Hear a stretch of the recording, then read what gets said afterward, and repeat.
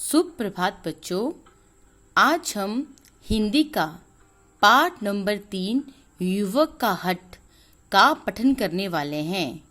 सभी बच्चे इस वीडियो को ध्यान से सुनेंगे और पाठ में दी हुई कहानी को अच्छे से समझेंगे। आओ इसे पढ़ें। उन दिनों भारत पर अंग्रेजों का राज्य था। देश आजादी के लिए संघर्ष कर रहा था। अंग्रेज भारतीयों को अपने से नीचा समझते थे और उनकी कोई इज्जत नहीं करते थे। एक दिन यात्रियों से खचाखच भरी एक रेलगाड़ी कानपुर स्टेशन पर खड़ी थी। गर्मी और धक्का मुक्की के कारण यात्रियों का बुरा हाल था। लोग रेलगाड़ी की छत पर भी सवार थे। उसी समय खादी का कुर्ता पहने एक नवयुवक वहां आया। लोगों की दुर्दशा देखकर वह सीधा स्टेशन मास्टर के पास गया और प्रार्थना की कि यात्रियों की सुविधा के लिए गाड़ी में और डिब्बे लगा दिए जाएं। स्टेशन मास्टर ने साधारण से दिखने वाले उस युवक को डांट कर भगा दिया। युवक को क्रोध आ गया। उसने यात्रियों को संबोधित करते हुए कहा, आप सबने पैसा खर्च करके टिकट लिया है। रेलगाड़ी में बैठने की सुविधा करना रेल विभाग की जिम्मेदारी है। आप सब मेरे साथ चलिए। वह युवक यात्रियों की भीड़ को लेकर फिर स्टेशन मास्टर के पास गया और कहा, आप कृपया रेलगाड़ी में और डिब्बे जोड़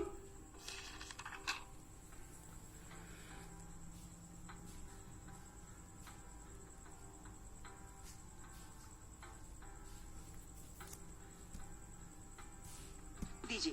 पर स्टेशन मास्टर ने उसकी बात पर कोई ध्यान न देते हुए गाड़ी को चलने का संकेत दे दिया। इंजन ने जैसे ही सीटी बजाई, वह युवक दौड़कर रेल के इंजन के सामने जा खड़ा हुआ और जोर जोर से बोलने लगा, यदि यह गाड़ी बिना और डिब्बे जुड़े आगे बढ़ी तो इसे मेरे ऊपर से गुजरना होगा। नवयुवक के हठ के आगे स्टेशन मास्टर को झुकना पड़ा और गाड़ी में दूसरे डिब्बे जोड़ दिए गए। अपनी जिद और हिम्मत के आगे स्टेशन मास्टर को झुकाने वाला वह नवयुवक था गणेश शंकर विद्यार्थी। गरीब परिवार में जन्मे होने के कारण गणेश शंकर उच्च शिक्षा प्राप्त न कर सके, परंतु प्रारंभ से ही उनकी रुचि लेखन में थी। बड़े बड़े विद्वान भी उनकी लेखनी का लोहा मानते थे।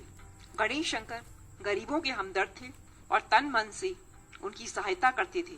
उन्होंने कानपुर में प्रताप नामक अखबार निकाला। इसके द्वारा उन्होंने गरीब किसानों और कानपुर के मिल मजदूरों के लिए अंग्रेजी सरकार के विरुद्ध संघर्ष छेड़ दिया। उनकी सच्ची और खरी खरी बातों के कारण अंग्रेज उनके विरुद्ध हो गए। लखनऊ में पहली बार वे 1916 में गांधी जी से मिले और तब से उन्होंने अपना पूरा जीवन देश के लिए समर्पित कर दिया। उन्हें कई बार जेल जाना पड़ा, लेकिन वे राष्ट्रीय आंदोलन में सक्रिय रूप से भाग लेते रहे। 1930 में उन्होंने उत्तर प्रदेश में सत्याग्रह आंदोलन का नेतृत्व किया। वे सांप्रदायिकता के कट्टर विरोधी थे। वे हमेशा सांप्रदायिकता के खिलाफ लड़ते रहे। 1931 में कानपुर में भड़के सांप्रदायिक दंगों को शांत करते समय ही उनकी मृत्यु हो गई। उनकी मृत्यु पर गांधी जी ने कहा था, काश मुझे भी ऐसी मौत नसीब होती। ऐसे देशभक्त पर सारे देश को गर्व है। तो क्लास, ये है आज की कहानी। सभी बच्चे इस कहानी को अच्छे से सुनेंगे और समझेंगे। धन्यवाद।